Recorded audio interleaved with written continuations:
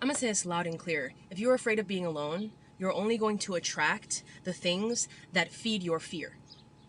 You're not going to attract the life and things that you truly want because you're operating out of desperation energy. When we accept and allow things that we don't truly want, it's because it's serving a purpose in us. It is fulfilling a wound or a trigger that we have not worked on. So that's what we're attracting, to just fill that. It's not necessarily what we want. If you're not aware of what your subconscious is operating from, you're just going to attract the things that it fills, to feed that fear, to prevent that fear. So in this example, if you're afraid of being alone, you're in that desperation energy, which is the worst energy to be in, because you're going to attract and you're going to allow anything just to fill that and the need, and it's not going to be what you want. When you build a relationship with yourself and you're okay with being alone and your life is peaceful, I'm cool. It's not that you don't need other humans. We need other humans, community, but we don't need it in the sense that if I don't have another human in my life, I'm fearing being alone and I don't know what.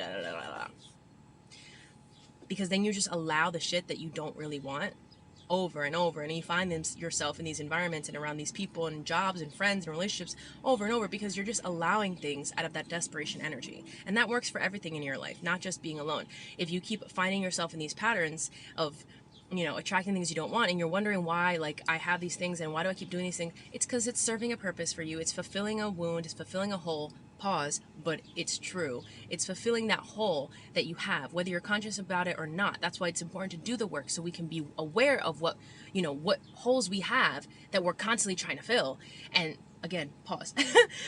And be aware of it, bring it to light, and then shift it, heal it, and then shift it to only operating from that which we want, only allowing that which we want. When you are okay and you're good, I'm not in that desperate energy. There's nothing I need so desperately that I'm willing to bypass what I truly want and will allow in my life. People, places, environments, fun, etc. So again, in this example, if you're afraid of being alone, you're operating out of fear all the time, and you're going to allow shit, people, places, circumstances, etc. that you don't truly want out of that desperation energy. So work on that.